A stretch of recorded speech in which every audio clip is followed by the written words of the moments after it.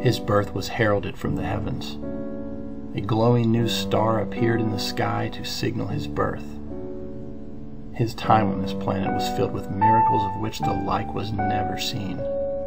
Upon his death, he joined his eternal Father. His many deeds done while alive will affect us forever. His name does not even need to be uttered. There can be no question of whom I speak. Hello! Yes, yes, Kim Jong-il, the previous dictator of North Korea. Did you think I was talking about this guy? Well, it's easy to confuse them because their followers claim that they're both so super awesome. Let's have a contest. Who is more boss? Kim Jong-il or Jesus H. Christ? Let's start with their births. We all know about the two birth stories of Jesus from the Gospels. I did a video on them already, so check them out. But the 5-second summary is that his birth was foretold by an angel, and a star appeared in the sky. What about the brilliant leader? Well, it's chronicled in his official biography that upon his birth, he had a new star appear in the sky too. But he only had a swallow announce his birth. What do you mean? An African or European swallow? Huh? I don't know that. But Kim does get a one-up on Jesus. His birth was heralded by a double rainbow. Oh my God, it's full on! Double rainbow all the way across the sky! What does this mean? When they grew up, they both had magical powers. In his biography, Kim Jong-il could control the weather with his moods. In the Bible, Jesus could walk on top of water during a violent storm. Also, according to the New Testament, Jesus could take basic water, H2O, and against all the rules of chemistry and all the rules of physics, he could alter its atomic structure, manipulating the atoms to where it completely changed into fermented grape juice. Now, according to his official biography, while in university, Kim wrote no fewer than 1,500 books in 3 years. He's also composed 6 full operas, and according to his official biography, all of the operas are better than any in the history of music. He must be pretty smart. Let me put it this way. Have you ever heard of Plato, Aristotle, Socrates? Yes? Morons. According to the Gospels, Jesus could also take bread and fish and copy and paste them into real life and feed 5,000 people from just a few loaves and dead fish. He healed blind people and lepers, he raised the dead, and he removed demons from people. In his biography, Kim first picked up a golf club in 1994 at North Korea's only golf course, and he shot a 38 under par round that included no less than 11 holes in one. Now, satisfied with his performance, he reportedly immediately declared his retirement from the sport. Oh yeah? Well, according to this movie, look what Jesus invented.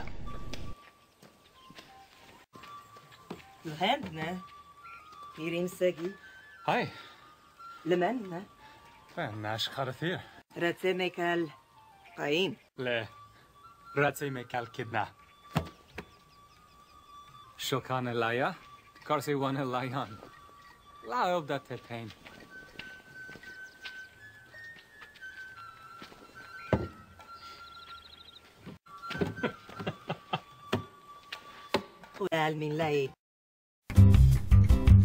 The table! No one in history had ever thought about inventing a table. Brilliant! What did the great leader ever invent? Well, Minju Joseon, a North Korean newspaper, reported that Kim invented a product described as double bread with meat and created factories to produce them in order to feed his students and teachers. Hamburger! Kim invented the hamburger. He's eating his hamburger all over your table, Jesus. In your face. Seriously now, you are either one of two types of people. One, you do not believe any of the claims about these guys. Or two, you are convinced by one, but not the other. Why is that? What is the proof for these claims? Now, you probably noticed that with each wondrous feat I listed, I started with, the Bible says, or Kim's official biography says. So it comes down to books, writings, by other people, pure hearsay. So how do the people who really believe these stories try to fill in these credibility gaps? Let's start with Kim. Remember Kim's 38 under par outing? Google it. Every mention of it will immediately point out that Kim had 17 bodyguards with him that came forward as eyewitnesses to say, yep, dude shot 11 holes in one, it was crazy. But why mention the bodyguards? Why is it important to say multiple eyewitnesses saw it happen? Now, I'm pretty sure everyone watching this doubts that story. But now that I told you that 17 bodyguards came forward, has your mind changed? Look, it's not his drunk cousin backing him up. It's not 2 or 3 people. It's 17. 17. Imagine a jury trial where 17 witnesses all lined up and testified the same way. Now, what do the Jesus folks say? How do we know that Jesus actually said that or actually did that? One of the first lines of reasoning that I went to was they wrote as eyewitnesses. The entire church was founded on eyewitness testimony. In 2 Peter 1:16, Peter said, we did not follow cleverly devised tales. In other words, he was saying, we know the difference between truth and tales. He said, we didn't follow cleverly devised tales, but what were they? He said, we were eyewitnesses. They wrote as eyewitnesses, and that's some of the most powerful testimony we have for any event or person in history. You know, there's just something about eyewitnesses who might have an agenda that kind of make them hard to believe.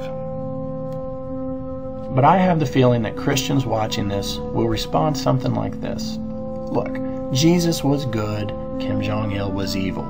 Kim Jong-il was a man who was deluded, and clearly those things that are attributed to him come from his followers or maybe even suggested by himself. How can you compare the actions of Jesus to the actions of Kim Jong-il? Well, please, let me. Here's what we know. For Kim Jong-il, we know that his Father is eternal. For Jesus, his Father is eternal. Kim had magical powers. Jesus had magical powers. Kim has been reunited with his Father after his death. Jesus was reunited with his Father after his death. For Kim, you got to understand that you have a choice. You can follow him, worship him, or you go to the gulags. With Jesus, you also have a choice. Follow him, worship him, or you can go to hell. And this is the main point. In North Korea, you don't have to worship Kim or his father before him or his son after him. You don't. You really, really don't. You have free will to make that decision. Just understand, though, that if you don't worship him, you end up in a concentration camp. And know, too, that it was your decision. It was your fault that you ended up there. You had the choice, and you blew it. How is that any different from the threat that Jesus lays down on us? The simple truth is that these 2 men were just that, men. They weren't delivered to us from the heavens, and they did not have magical powers. They burped and farted and picked their noses just like we do. They were normal dudes, and they knew it. And some of us know it. And those of us who know it look at these silly fairy tales and come to the same conclusion. Why is everyone so fucking stupid?